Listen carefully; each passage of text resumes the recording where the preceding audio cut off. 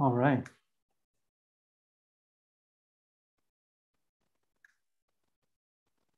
Hello and welcome to PMP Live. I'm Alan Watke, Deputy Director of Events at Politics and Prose.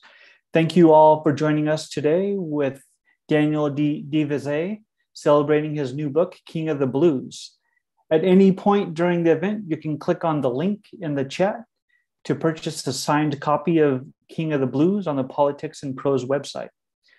You'll be able to ask Daniel a question by clicking on the Q&A link, which can be found near the bottom of your screen. And we will get to the audience questions towards the end of the reading, and we'll try to get to all of your questions, but apologize if we do run out of time. Closed captions are available for tonight's event if you click on the CC link right next to the Q&A box at the bottom of your screen.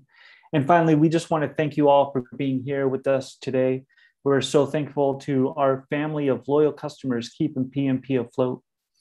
And now I'd like to welcome to PMP Live, Daniel D. Visé, celebrating the release of his new book, King of the Blues, The Rise and Reign of B.B. King, which presents the vibrant life and times of this trailblazing giant in music. As a witness to some dark prejudice and lynchings in his youth, B.B. performed around 15,000 concerts in 90 countries over the course of nearly 60 years. And this was in some way a means of escaping his past. Daniel interviewed almost every surviving member of B.B. King's inner circle for this book, which is just pretty fascinating. I'm so excited to hear what y'all have to say about this.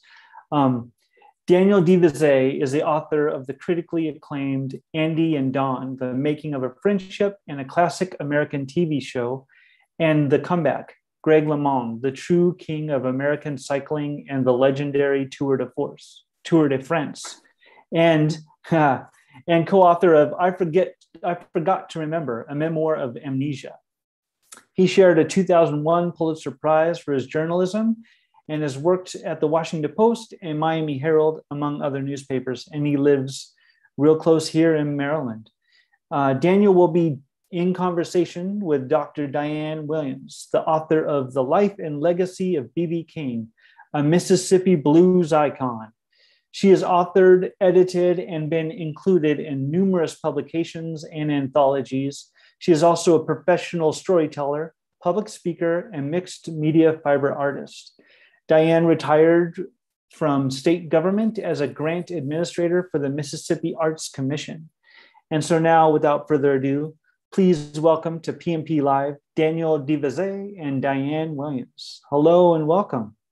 Hello. Hey, thank you for having us. Daniel, it's so good to be talking to you again. There's so much we're going to be talking about this evening.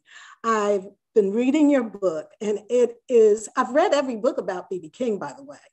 And I think yours is the most thorough, detailed, and gives us a little more insight, not just about talking about about the music, but giving us a little understanding about the music. I'd like to ask you a couple of questions. When did you start working on the material for this book? Was it before King passed away? When did you? Well, thank you. You're very kind. I've read all the same books, including yours, which was excellent. And I hope that some of the people, if not all the people listening to this, go and buy your book, because I learned from people like Peter Guralnick that my book is my take on the great man's life, and your book is your take on the great man's life, and everybody's take is different. And I loved knowing your take and Charlie Sawyer's take, and then this is my own.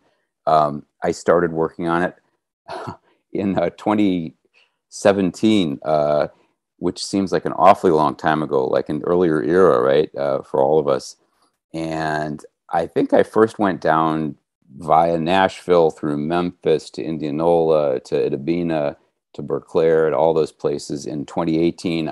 I spent Easter Sunday in a church where I think Mr. King's family had worshiped, and, met some of the Fairs and some of the Hensons, the descendants of some of his great role models, and this big whirlwind, and that was kind of the real launch of my kind of field work, if you will. And I worked on it And I handed in a manuscript. You'll appreciate this, Diane, as a book person. I handed it in at the end of 2019. And then COVID hit and things got delayed for all sorts of reasons. And I was gifted a number of additional months. And I spent those months, I cut like 30,000 words or 40,000 words that I didn't like and added a whole bunch of stuff that I did.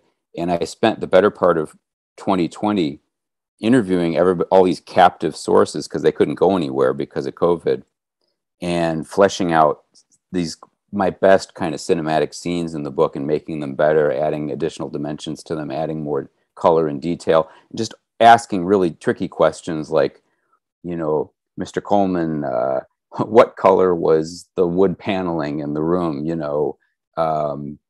What were you wearing that day? Just stuff like that. And just to flesh out all these things. I spent most of a year doing that, which is, I've never been able to do that before. So that was cool. I have a question that I know other writers will want to know the answer to. When you go out and you interview people, especially older people sometimes, and you're depending on their memory, which leaves you, I'm sure, to do a lot of research on the facts and the things that they tell you. What is that like for you with such an incredible book and so many interviews? What is it like to have to follow up on those interviews? Yeah, the rule I do, I guess, journalistic nonfiction. So most of my topics are things that are recent enough that it's not history, really. I'm not like looking at papers that are from 200 years ago. There's living people I'm able to interview. If not the person who actually did the thing, then like maybe their child. But there's living witnesses that I'm interviewing. I try in my reporting to get as close to the event as I can. So like with this book and with my other books, if I find an account that was written at the time, that's probably my best one, as far as certainly if by some miracle at the time somebody actually recorded dialogue and actually rendered a scene, that's perfect because they were there. Ralph Gleason was in the Fillmore, right there when it happened, watching Carlos Santana, and B.B. King. But so I favor stuff that's recent, that's proximate to the event. But of course, in many instances, I'm talking to somebody about something that happened 70 or 80 years ago, and or 30 or 40 or whatever. And the farther you get from it, I guess the less you can 100% rely on the exact words of the dialogue that happened that day. I mean, how can anyone possibly, so you kind of triangulate, you look at the dialogue as it might have been recorded 50 years ago, and then what the person's telling you now, and just try to come up with the best approximation of what words were actually exchanged. I find when I compare like 10 different versions of the event, even from the same source, the spirit of what happened usually endures, even if a few of the actual minute details do not. And so I think the truth is served in the end. But yeah, what did you find? You must have experienced the same thing. I mean, a lot of what you're writing about, what I'm writing about, is from a very long time ago.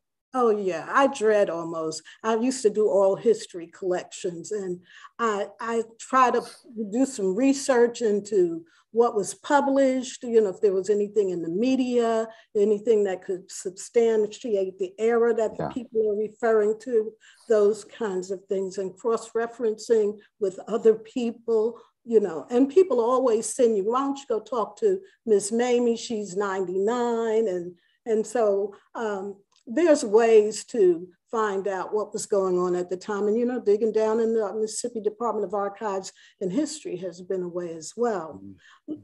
What I found in this book, and I am a storyteller, you are a masterful storyteller. Oh, thank you. And in the sense that when you put together the history or the life of someone, being able to bring in conversations and dialogue that create a thread through is amazing. And the simplest example I could give you is the story of Little Red Riding Hood and the Big Bad Wolf. If someone was if that was real and someone was to write that story, like, how do you fill in and really get that dialogue? The wolf might have asked her for a date first, and then talking about her grandmother and where she was going was secondary. So you've done some incredible digging and pulling in, and you alluded to it earlier about seeing it in films, listening to any quotes you can get from like, Santana, etc. Yeah. For me with this book, more than my other books, it was all about scenes. I imagine it as a film. And whenever I had a scene, I just went with it and tried to just approach it from every possible angle, whether it be, in some cases, wonderful long form magazine articles that might have been written about this particular thing, lengthy interviews with maybe a couple people who were there, Mr. King himself reminiscing about these things, because there were probably thousands of interviews that he gave, and I listened to or read most of them, and then just sort of just triangulating, trying to find, maybe looking at what the weather was like that day, so I know that how cold it was outside the Regal or whatever. I used, anybody can do this, but newspapers.com, so I would find coverage from that's approximate to the actual event. The Library of Congress I used over and over again for their collection of African-American newspapers, which really was the only coverage I found of Mr. King's career in the 50s. Up to a certain point, it was all in the African-American press. And then, gosh, the B.B. King Museum. My great friend Paul Dixon talks about having kind of a special sauce in your book, something that's new or different. One of the things in my book that I think I don't think has been in other articles or books is I went to the museum, the B.B. King Museum. This was the second or third time I was there, and I spent 3 or 4 days, I think, it felt like it was that long, just watching these interviews they did. When they made the museum, they did long interviews. You know how if you go to a museum, you can push a button and hear somebody talking briefly about. Yes. Mm-hmm. So that's based on these long interviews. And I watched a whole bunch of these long interviews with people who then were still alive, who'd been with Mr. King and his family way back when. These were interviews from, decade or decade and a half ago. And I found some stuff that just hadn't been brought out. This is why I have him Riley King living in Chickasaw County for a few years, which I've not seen that in print anywhere, but some of his descendants say that they did.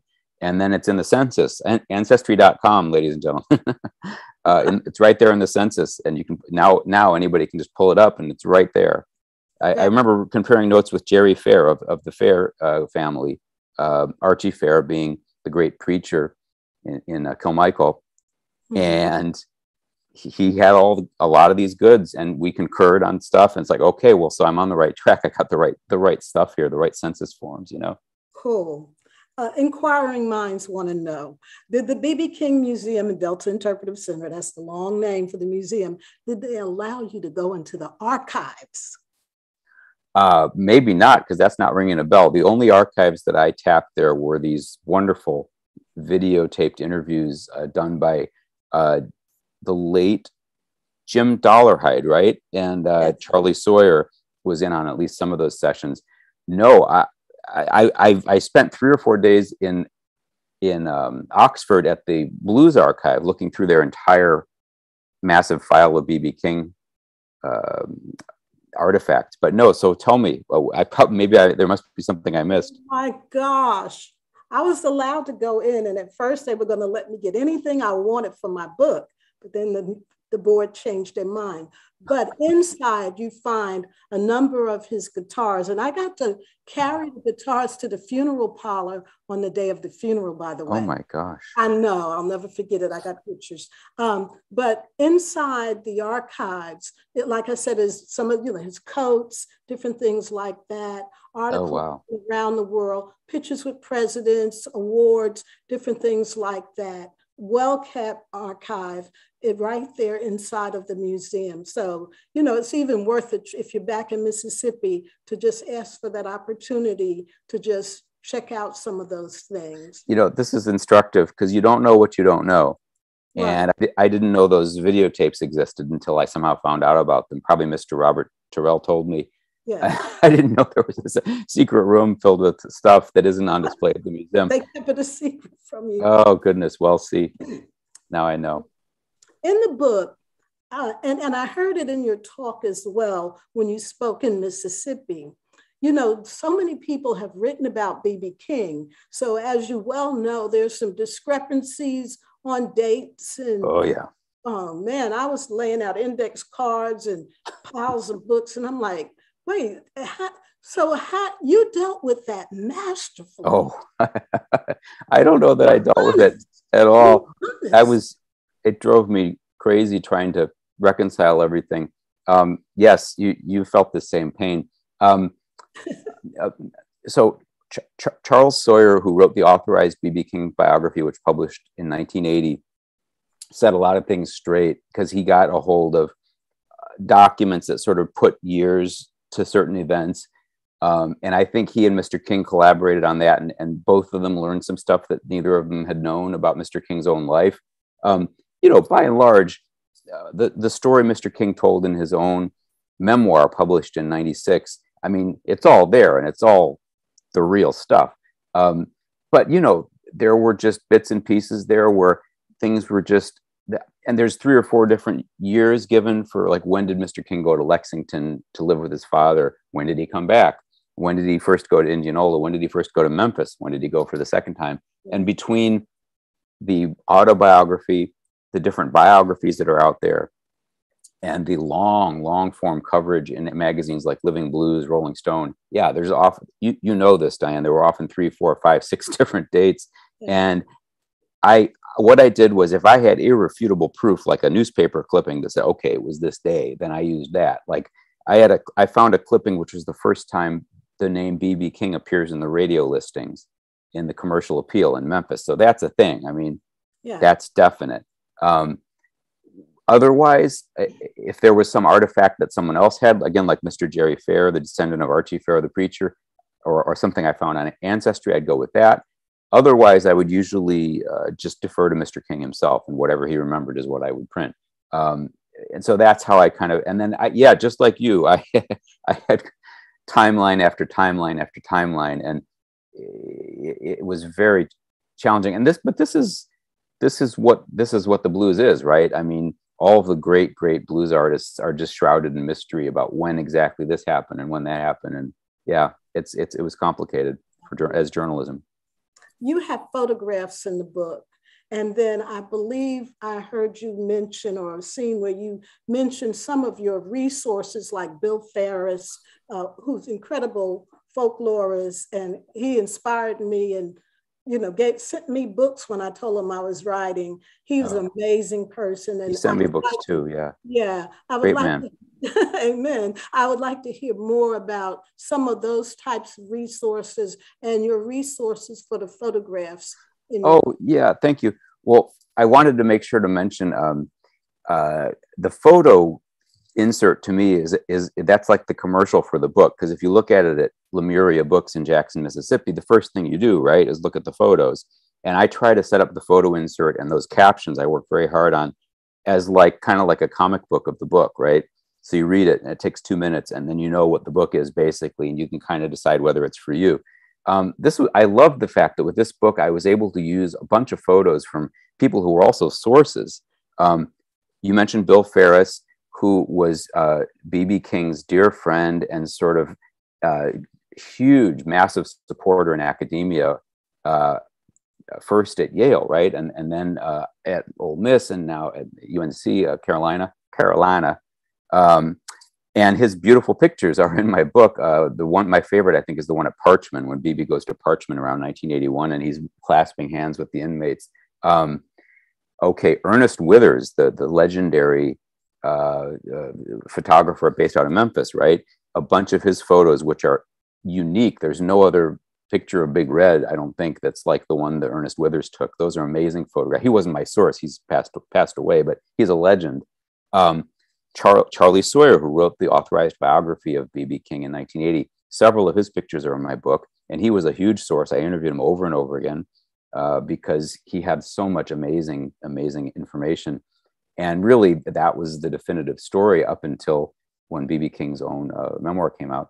And then Glenn Craig, a terrific, extremely talented photographer, who I think is a very young man, because he's not that old now, took incredible pictures of B.B. King with the Rolling Stones, and this wonderful picture of B.B. at the piano, which is in my book. And Glenn Craig has also photographed Ike and Tina, and beautiful pictures of Miles Davis. And he might be here in this session tonight. He's an incredible photographer and a huge champion of this book. So thank you, Glenn. Oh, and the other person I wanted to mention just quickly is, his name is John Shearer. John Shearer, who I think is a semi-legendary Black New York photographer, took the cover photo for the book. And I was absolutely thrilled to find out that it was this kind of legendary dude who'd taken the picture, and we got permission from his widow just to make sure that it was okay to use it. But I'm sorry, this is a very long answer. The other huge sources that were hugely important to me were, and I think of them, I can almost come up with all their names because I email them as a group sometimes. Sue, BB's ex-wife, Sue King, the love of his life. Of that I'm convinced. Walter King, BB's nephew and an extraordinary talented musician. I saw him in Nashville, my first book talk. I did a bunch of live book talks, and that was the first. And they wined and dined us. We had a wonderful evening together. Stafford Davis, a really great and really insightful guy who was in Mr. King's entourage for many, many years. I'm going to forget a whole bunch of names, but these people were all hugely important. Laura Walker of the Walker family, Cato and Polly Walker were extraordinarily important employees for many, many, many, many years. Polly kind of ran the Memphis operation for Mr. King, and Cato did all sorts of things from driving to like fixing anything. And they were just, and Laura knows all of the stories. And I could go on, but these people, their voices, well, Mr. King's voice is the main voice in the book, but other than him, it's them. They are the voices. I mean, almost everywhere. Ron Levy, keyboard guy who was an amazing musician. I mean, I could, little Joe Burton, who I think lives in Atlanta. And just, their voices are the voices that steer the book along wherever possible, not my voice. We have similar stories in that regard, because out of the woodwork came all of these people who had been following B.B. King and photographing him for 10, 15, 20 years. And I was able to get some photographs. That is fabulous. We talked off screen earlier, but I want to bring this to the forefront. Your book does an incredible job of describing some of the musicality within some of the songs, some of the stylization of B.B. King and the evolution of his style. I found it fascinating. You kind of upset me a little bit because I wanted to believe that B.B. King was perfect from beginning to end, but you helped me understand that he had to grow. Talk about, your descriptive way of talking about the guitar, its evolution, voice, how those things came together. Yeah, well, thank you. It's very, very kind of you. I studied piano from about age 5 and was in like the youth orchestras in Chicago in high school, and seriously considered like being a classical musician for a living. And then in college, I got into rock and roll, learned the guitar, and wrote out like every song in sight, and played in all these cover bands and played all these gigs. So I've had a passionate interest in music my whole life. I've always trusted my ear. Like all the combos I played, and I always was somebody who could figure out what the high harmony is supposed to be, even if I couldn't hit it because I'm a bass baritone. I always knew what the chords were to the song, that kind of thing. So as I listened to BB's stuff, I was trying to build a case in the book that he basically created and popularized what became the pervasive guitar sound of the latter part of the century. He took a very narrow, slender thread of a tradition of playing single string solos on the guitar, which some great people had done. Lonnie Johnson in the 20s, Charlie Christian in the 30s, T-Bone Walker in the 40s, and added to it this impulse to sort of imbue the guitar with the quality of a human voice. That was B.B. King's ingenious contribution, is that he sings and then Lucille sings. And to make that guitar sound like a human being, he borrowed sonic textures from the Hawaiian steel guitar. I'm talking like Bob Wills and that kind of thing. And this beautiful, he added that and made that his sound. And it took a long while, I would argue probably a decade, before a bunch of other people were playing that way. But boy, by the end of the 60s, I think nearly every like self-respecting band in pop music had a guitarist who played that way. And so in describing all of this, and I made a playlist, which eventually is going to publish, that starts with like probably Miss Martha King, his first side, in 1949, and by which time he didn't know how to keep time yet himself. He had to be taught that by some of his bandmates because he hadn't played with other people. Kind of like Bob Dylan. If you listen to early Bob Dylan, he doesn't know when a measure kind of ends or when a stanza ends because he'd been playing solo.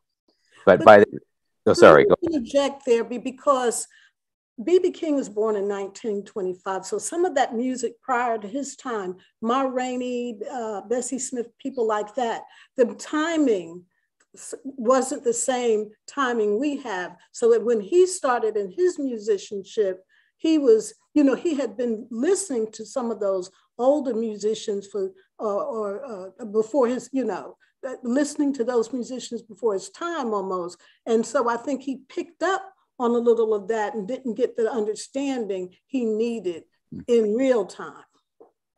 Well, I guess Robert Lockwood, the great guitarist who played with Sonny Boy Williamson and I think had studied under Robert Johnson, collaborated with Mr. King and taught him a bunch of stuff. And by 1950, to my ears, which I trust, B.B. King was a phenomenally talented guitarist and could do all the stuff for which he was later known. And you hear the vibrato, you hear that human cry in Lucille, even from the sides he was cutting with Sam Phillips in 1950 and 1951. It's already there. And he just gets better and better and better. I think that's the 10,000 hours he put in,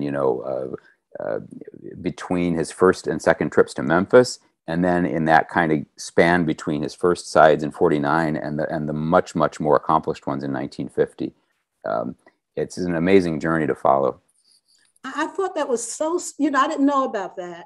But I found that to be very similar to Robert Johnson and his work with Ike Zimmerman in the Beauregard Cemetery. I forget what county that's in, but down near Crystal Springs, Mississippi. And I thought that was so similar. And I think for me with B.B. King, I'm always wanting to help young people understand you can do what you want to do. You can, if you work hard at it. And seeing how both men really put their nose to the grindstone for a year or two, work with some masterful artists. Just phenomenal. Yeah, I hadn't made that connection, but that sounds exactly right to me. Yeah. And let's talk about something else. There's a guy named Prakash Slim, and he's in Nepal, and he's playing the blues over there and teaching it to children. And one of the things he said, and I just wanted to give him credit, he said King globalized the blues. So we're talking about a man playing the blues in a little village in Nepal. And what are your thoughts on what King would say today about the blues today? We know he was an ambassador, or what he would say about the forward motion of the genre. Oh, I am in no way qualified to wrap my arms around the blues genre today. It was the same thing when I wrote about bicycle racing. I couldn't tell you hardly anything about bicycle racing in the last 20 years. I'm living in the past, and I need to be clear about that. But I will tell you how I think B.B. King became that. And but in the late 60s, he crosses over from, basically playing in the segregated Black music industry to playing for everyone, for the whole country, and becomes a star, if not quite a superstar, of blues and in the sort of rock blues pantheon. And then I love this journey that over the next 3 decades, he reaches these ever higher tiers of first national and then global fame. At the end of the 60s, he goes on tour with the Rolling Stones and goes on Ed Sullivan and goes on Johnny Carson and makes The Thrill Is Gone, which is a brilliant song that he takes. It's a cover, but he makes it into a colossus of a song. And all that stuff puts him on this huge level. So he goes to Britain, goes to Europe, and is celebrated and becomes already then a big, international star. But then in the 70s, the State Department seizes on him as kind of like an Ellington or kind of like a Louis Armstrong figure, or like a, I guess like a Sinatra or something, and sends him over to Africa. And he tours Africa as an ambassador for American music and culture in 73. And then he tours the Soviet Union. If possible, they even go more crazy for his music there at the close of the 1970s.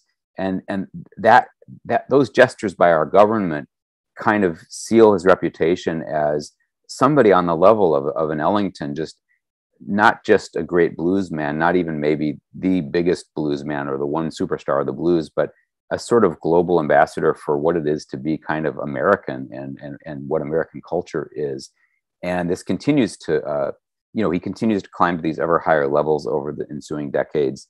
He ends up winning the Polar Music Prize, which is like a Nobel for music.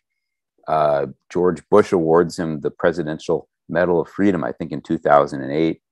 And then in terms of his sales and kind of the reaching 90 countries and getting all these generations of new fans, you can't ignore the contributions of U2 in the late 80s and Clapton in the late 90s. They collaborate with B.B. King. In each case, the other artist, I would say, as a lesser artist, not as important as B.B. King, not as great as him, but they saw a lot more records. And so that those things, and also the collaboration with the Crusaders, the jazz ensemble in the late 70s, has the same effect because the Crusaders were selling more records, Joe Sample's band. Each of those things in successive decades raises him to these ever higher levels of kind of global renown and wins him new, younger populations of fans, and it's amazing how he keeps kind of reinventing himself decade after decade. Yeah, I think that was something important you mentioned in your book as well, that, when we look at, there's so many blues musicians out there, so many different types of musicians, but if they didn't get a record, then they just remained anonymous. They may have continued to travel to the Chitlin circuit and things like that. And so it was important to get a record out there. But let's take this conversation a little bit further, because you really delve into something, especially as it relates to Black musicians, especially around the 50s, 40s, 50s, 60s, when it comes to when they did get a record or an opportunity, how does it work with the royalties? Oh, gosh. Yeah, and everybody getting the cut, the composer, the songwriter, the pretend co-writer. Let's talk about that. Yeah, some people who are more knowledgeable about this than me helped explain it to me, including John Broven, who's written entire books about the independent labels, Record Makers and Breakers, I think it's called, a great book. Anyway, so I can speak certainly to B.B. King's example. He signed to Modern Records, which was an indie label out of Los Angeles. It's the Bahari Brothers. It's not as well known as Chess, or certainly not as well known as Sun, but it was a big, thriving independent label. And the way I understand it is, I think they would pay him in advance when he put out a single or when he put out an LP. I'm not sure that he ever received actual royalty checks. In other words, if he ever did earn out those advances, I don't think he ever was told about it or was ever paid any additional sums for any of those recordings in the 50s. What's more, the way that those royalties were structured, the Baharis, who ran the record company, would insert themselves as co-authors of his songs using pseudonyms, which I guess kind of proves that there was something a little hinky going on. Josiah and Ling and I don't know the other ones. These were pseudonyms. By doing that, they themselves, the owners of the record company, would claim a share of the songwriting credit. Now, in many cases, these weren't songs that any of them had written, including BB. They were often covers, basically covers, but uncredited covers. And so really, in some of these cases, someone else should have been getting the songwriting credit, but what the Baharis did is they would award half of it to B.B. King and half of it to themselves. At the end of this, arrangement in the 70s, B.B. did sue them. So clearly he felt that he had been wronged. But he would say in interviews over and over and over again, and I mean, this I have to concur. I mean, I understand where he's coming from, that the music they made was incredible. I mean, those 100 and I don't know how many singles from Modern Records just just blow me away every time I hear almost any of them. They're just incredible music. I think it's his best stuff. And they got out of his way when he was in the studio and let him make just brilliant blues and rhythm and blues, aided by the likes of Maxwell Davis, this brilliant arranger who would do these beautiful horn charts, and wonderful musicians. The recordings speak for themselves, and I guess in the end, maybe that's just as important as the money. And BB did end up making lots more money with the major labels in the 60s and beyond. Thank goodness. Mm-hmm. I want to remind people that they can put questions in the Q&A, and we'll be asking those questions shortly. Your book was the first time I personally, maybe I'm forgetting, noted that B.B. King's 15 children were adopted. How did that go over with the family? Well, I can't take credit for this idea. Charlie Sawyer, in his 1980 authorized biography, so this was with BB's authorization, said in there in his book 40 years ago that BB went to a fertility doctor clinic a long time ago. This would have been in the late 50s, if I'm not mistaken, with Sue, his second wife, because he hadn't had any children with his first wife, Martha. They were married for 8 years. And he hadn't had any children with his second wife, Sue, and they were married for 8 years. And neither of those marriages produced any children. And both of those women had children. Well, in Sue's case, one child that she had when she married BB, and in Martha's case, a number of children with other spouses. Anyway, the fertility clinic told him he could not father children. I simply reiterated that and found out from BB's own doctor, BB's doctor, personal physician, told me that he told his doctor that he couldn't have children, that he'd had a venereal disease when he was a young man, which was possibly the reason. There was also a story that I heard from multiple people that I shouldn't be laughing, but that he was butted by a ram. And that injured his testicle or testicles, and that might have also caused him to be, I don't remember the term for it, but to not to be able to conceive children. So I say in the book that, and that basically what I say in the book is everyone in B.B. King's inner circle told me over and over and over again that they don't believe that it's likely that most or all of those 15 children are his biological children. I simply repeat all of that kind of evidence. I don't know for certain. I don't think Mr. King knew for certain. But no, the Guardian and Observer publications in Britain did a story asserting all of that, and there was a little bit of blowback. But let me just say quickly why it matters to me, why all that matters to me. The reason it's in the book, I think that Mr. King lost his baby brother when he was about 5. I think he was ripped away from his father when he was 5 or 6. His mother died when he was about 10. His grandmother, who was his caretaker, died when he was about 14.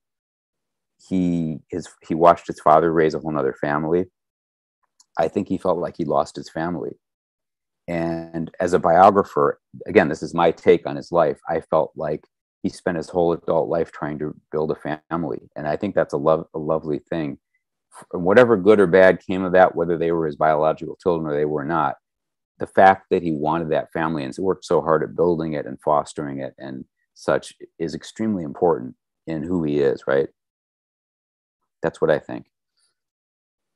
Wow. Let's take a look at, what was your favorite B.B. King song? Let me tell you what mine was. Please. But nobody loves me but my mama. She could be jiving too. That's my favorite bit from that record. I'm not going to say a favorite song because I couldn't possibly come up with one. But I wrote an article for All Music, the All Music website, and I think it's still on their header there. You can still find it. About 6 records that I thought were a little bit unloved or underappreciated. There's an eponymous B.B. King record that came out in like 63, which is amazing. It's really just a collection of leftovers when he left the Modern Records label, but they are just amazing songs. I love that record from start to finish, and I've listened to them all.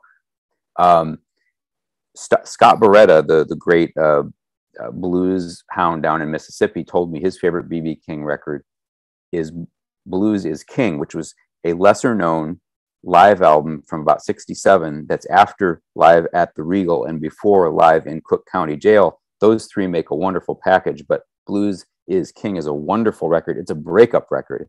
It chronicles the dissolution of BB's second marriage. And there's some others, but those two really stand out. Oh, from the 80s, lest anyone accuse me of only liking his old stuff. There Must Be a Better World Somewhere is a beautiful album. Dr. John and Doc Thomas, I think, wrote the songs, and BB played them brilliantly. And it was a wonderful collaboration among those three people. Well, we've left plenty of room in the conversation for people to ask questions. You still have time to put some of your questions on the Q&A. I'll start reading the questions now. Why did you write the book? And what is your connection to the blues culture of B.B. King? Yeah, I wrote the book because I've spent the last 9-10 years writing books, and life is too short. I want to write about stuff I'm passionate about. And I've always, my whole life, wanted to do something on music. I was kind of a frustrated music writer. I never got to have the music beat as a reporter for 20 odd years. So I always wanted to do a music book. And just the stars seemed to align for BB as an idea. I thought that I knew that the guitar sound that I grew up with in Chicago, I went and saw like Otis Rush over and over again, Sun Seals over and over again. These are BB's kind of disciples from the 60s and who were still huge and amazing in the 80s. Albert Collins was like the first gig I saw paired with Stevie Ray Vaughan. And then all the white British and American rock and roll, blues rock and roll I grew up with too on records. I thought B.B. King was the originator of that sound, and that idea fascinated me, that this one guy created this sound. And I just quite simply wanted to write a book saying that, because I didn't feel like people knew it. He was regarded as the one superstar of blues and the greatest blues person. I think he's more important even than that.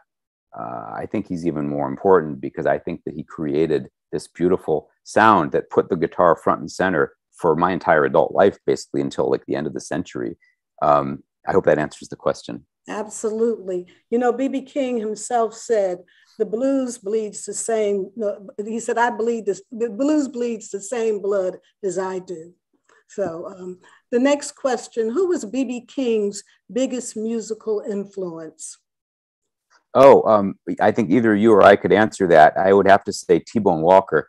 And it's hard to put our minds back in 1948 or 9 when BB started making music, but the guitar at that time was a backbench instrument. It was not prominent. You wouldn't hear much guitar on the radio, on the rhythm and blues radio, or the pop radio for that matter. It was almost invisible. So T-Bone Walker was that rarity, an electric guitar guy who was leading a rhythm and blues ensemble, you know, with like suits and charts and hits. And B.B. King, that man fascinated him. And he said, I want to be that guy, you know, I want to be the next T-Bone Walker. And, you know, you could argue that if B.B. King hadn't had the brilliance, the genius to sort of personify his guitar and turn his guitar into like a human voice, Lucille, he might have ended up being just a great guitarist in the T-Bone Walker style. Very good.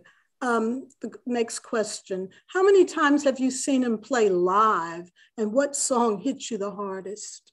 I'm a weirdo. When I was young, all the way through my teen years and into my adult years, and until very recently, I would only go see artists in small venues. I never went to arenas or amphitheaters, and I didn't have the coin to go to really expensive concerts anyway. So I only actually got to see Mr. King once, and that was at maybe his biggest gig in the United States, which was the Blues Festival in Chicago. I think it was in '87. As I had said, I would go over and over in these little clubs and see Otis Rush, Sun Seals, I think Buddy Guy, and a bunch of other artists like Otis Clay, James Cotton, who were playing little clubs. And that was what I knew and what I loved. I did go to the Aragon Ballroom, which is bigger in Chicago, to see Albert Collins and Stevie Ray Vaughan. This is before Stevie Ray Vaughan got to be huge. But I avoided huge shows. And probably the only reason I went to that that enormous show downtown was, I guess because it was free, I loved it. It was amazing. But I'm an idiot. I never saw the Kinks. I never saw the Who. I didn't see Al Green, one of my all-time favorites, until like 10 years ago, because I didn't want to go to a big club, a big arena anywhere, and didn't want to pay top dollar for it. It was idiotic of me, really. Wow. I've had 3 opportunities to see him live. One was at a major concert in Jackson. The second one was at a private concert in a small town in Mississippi. And he gave us a concert. He did it, he said, for the children. And first thing he asked the children was, do you know who I am? And all the parents were sitting around the perimeter of the wall. And the children looked back and it's like, no, we don't know you. But it was, he gave a fabulous concert to those children. And the third time was just before he passed away, a few months before he passed away in San Francisco. After the concert, I go to the bar and I didn't realize the band member was sitting at the bar and he's like, did you see me at the concert? And then he turned around and showed me his jacket. And I'm like, I'm writing a book about him. He's in this hotel. And I'm like, yeah, he's staying here. And they kept talking to me, tricking me. And B.B. King walked behind me and went up to his room and I never got the interview. That's enough of that story. I'm not. I want to say, Diane, if you see a question in the queue from Laura Walker, make sure to ask me it, because she is absolute inner circle. There's no more important person in the making of my book. So if Laura has a question, I want to make sure to answer it. Yeah, I saw something pop up in the chat. She didn't put it in the Q&A, so I wanted to get to the Q&A and I'm saving her. She's going to come up real soon. I haven't forgotten her. I'm not sure that those previous questions were by an anonymous attendee. Glenn Craig asked, and I'm watching the time so I don't miss Laura. So I'm not sure what Glenn Craig is saying. He said B sound was with Fender Rock and roll strings. So I guess he's identifying where that sound comes from. There are people who understand the actual mechanics of the guitar and the amplifier better than I ever will. And I've played guitar since I was 20, which is 30 years. But I don't understand the inner workings of it. And so you can tell from my book, I pretty much take a black box approach. I don't know the circuitry, the knobs. I don't think Mr. King would always joke about how he just would twist the knobs until he got the sound he wanted. And God knows that was always my approach. I saw Ms. Laura Walker asked about the Cook County Jail record. And I absolutely adore it. In fact, the prologue to my book is that performance. I opened the book by describing that gig, the gig at Cook County Jail. In fact, I had the great honor of reading that prologue on the radio, on the Thacker Mountain Radio Hour, which I think broadcasts in public radio in 3 different states. I was terrified. Oh my God. I was terrified because of thinking how many people were going to listen to this, but I didn't have any screw ups. I actually read it without missing any words, which I couldn't believe. That's my favorite show. I've done that show live for book talks. They are so funny and so fabulous and wonderful. And the whole town comes out. Yeah, they said that they had you on that show and they loved you. I remember them telling me that. So does she have any other questions? You want to go ahead and ask Laura's questions? Lori's questions? Because she's in the... Laura, Ms. Laura, do you have any other questions, or maybe not? I don't know. She points out that the stories that she told me for my book are what BB himself told her. And yeah, the 2 of them talked endlessly. She says she's good. Okay. So yeah, Laura Walker spent thousands of hours of her life talking to him from when she was born until he died. And I cannot overstate how important she was to this book. The book doesn't happen without her, without Sue King, without Stafford Davis, without Walter King, without the people who knew him best. I feel so grateful because I didn't have any connection whatsoever. I mean, they didn't know who I was, and I feel so grateful I was able to persuade them to talk to me. I'm a reporter. I've written thousands and thousands of articles. I did that every day of my life, talk people into talking to me. I don't know how I ever did it, but I'm glad they did. There are a few more questions, about 3 in the Q&A. And yeah, we have 10 minutes. Yeah, so we want to leave some time for the announcer at the end as well. So let's just let me ask you, this one I think is really important from Anonymous. BB always, he said, or this person said, always impressed me as a very kind person. He seemed to be humble, generous, considerate of others, etc. Was there a difference between the public BB and the private BB in terms of his person, his persona? Yeah, that's a great question. You know, Mr. King was dead by the time I started on my project. I guess anybody who wanted to could have settled scores or whatever.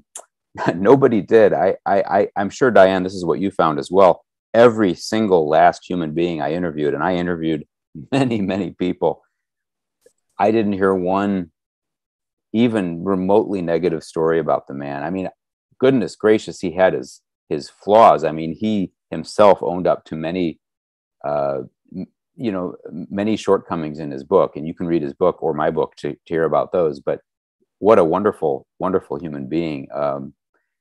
I've never set out to write a book about somebody I didn't really deeply respect, and I only hold him in even higher esteem at the end of this project, because anybody, anytime, could have told me anything about him, and I never heard anything. No, just not a word.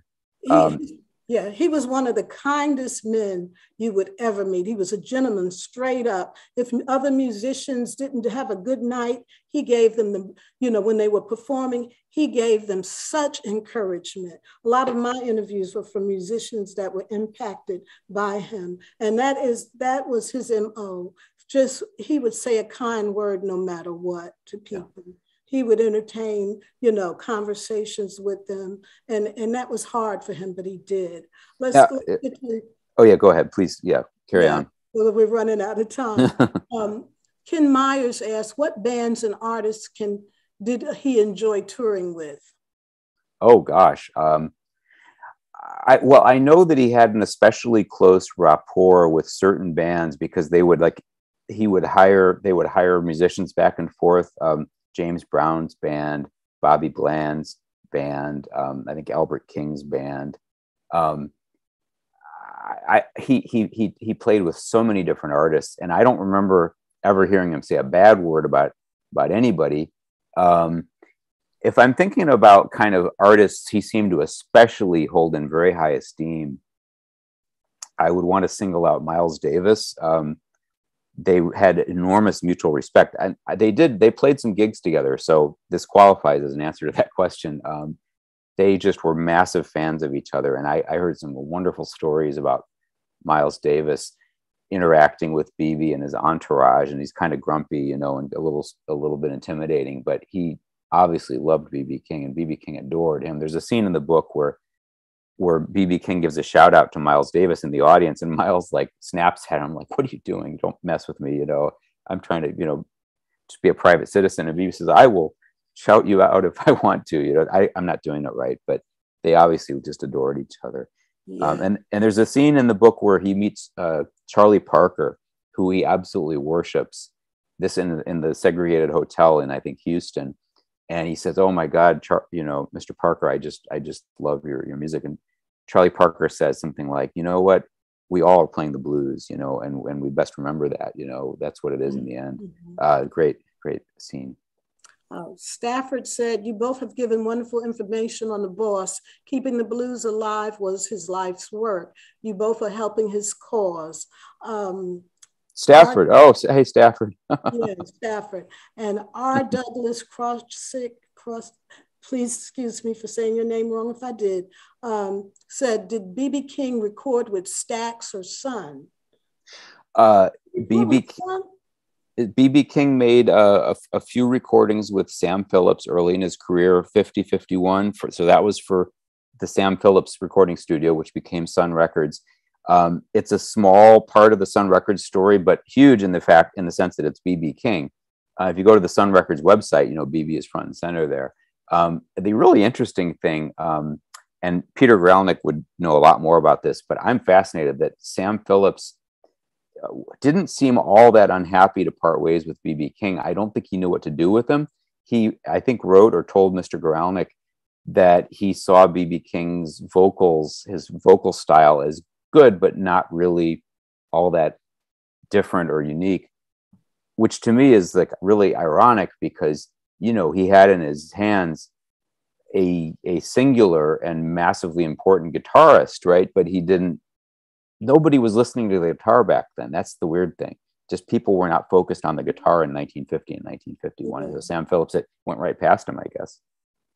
I think we're down to the last couple of minutes. This is going to be my last comment, and I'm going to give you 30 seconds to address it. Uh-oh. You talked about Bukka White, his relative. Yeah. When he went to Memphis, and you know, the thing I learned is that Bukka had that slide, and B.B. King could not imitate that slide because his fingers were too fat, man. Yeah, that's right. That's the legend. Booker White, a huge important influence on B.B., although probably not in his playing style, but more in just showmanship and of course genes, because both of them had incredible genetic inheritance to be brilliant musicians. Yeah. So as we get ready to close, I got to give a shout out to Auntie Oni. She does a podcast and she's a friend of mine and she's on the line, and it's Auntie Oni's Story Village. So if you have children, you might want them to kind of get to know Auntie Oni's Story Village with stories from around the world. And we're going to turn it back over to the technical moderator host. Oh, to Alan, right? And I want to just quickly shout out, thank you, Ms. Laura Walker. Thank you, Glenn Craig, brilliant photographer. Thank you, Stafford Davis, for attending. I wish we could talk for 3 more hours and have them all, you know, contribute. Yeah, that was absolutely fantastic. That's exactly what I was looking forward to when we booked this thing. So thank you so much, Daniel. Diane, you were fantastic. You two in conversation were fantastic. So thank you. Thank you. Absolutely. I want to let you all know, I put the link in the chat a couple times to purchase a signed copy. Daniel did come by the bookstore and sign copies of his book. So King of Blues is in the bookstore signed. So click on that link in the chat and you can purchase a signed copy there. I want to thank you all for joining us. It's your participation in these events that is keeping us going right now, because all of our events are still virtual like this, just in this time. So thank you all for joining us. Daniel, thank you so much for your writing, and Diane, you as well. Like this is a great conversation. Yeah. Thank you so much, Diane, for being here, and thank you for your book. You're welcome. Do we have like 10 seconds? Yep. Okay. Because you asked this, someone asked us what we were reading, which I think like, don't just go to the bookstore and buy books. I'm going to run down my list. Yeah. Race Against Time by Jerry Mitchell. Man, I think he did Politics and Prose last year. Fabulous book. He's a journalist as well. Retire Inspired by Chris Hogan. I retired in 2019, best book I've ever read. Too Much and Never Enough by Mary L. Trump. I got some insight from a relative. So I'm going to say about that. Song for You, My Life with Whitney Houston by Robin Crawford. Oh. And the last book I just read was I Ain't Studying You by Bobby Rush and Herb Powell. Nice. And finally, Anything by Jesmyn Ward. Sing Unburied, Sing, Salvage the Bones, The Fire This Time, Men We Reap. They're laying literary trail markers around Mississippi. Eudora Welty, Richard Wright, Faulkner, and Jesmyn Ward. Absolutely. And all of those are available at your Politics and Prose. All right. Daniel, do you have anything? Do you want to throw anything out there? What have you been reading? I know you've been writing and doing this, but like what's been traveling with you? Bruce Springsteen's autobiography. I listened to it all the way back from, and it's very, very well done. He had problems with getting recompense from his music companies. And before that, a Case Scarpetta mystery, the great Virginia medical examiner, Cornwell, right? What's her first name? Is it Patricia Cornwell, the writer? Yes. Yeah, great, Patricia. Great, you're right. Those are the last 2 books I read. And then also, and it's funny that you say Springsteen and then a mystery, because actually Springsteen is coming together with Barack Obama for a mystery called Renegades. So be on the lookout for that. Yeah, no, seriously. Yeah, they wrote Okay. a book. Yeah. I'll probably check it out. Yeah. Yeah, so we'll leave you with that. Awesome. Thank you. We appreciate you all. And, click on that link, buy Daniel's book. And thank you all. Y'all stay safe and stay well read. Yeah, thank you for showing up, guys. Really, really appreciate it.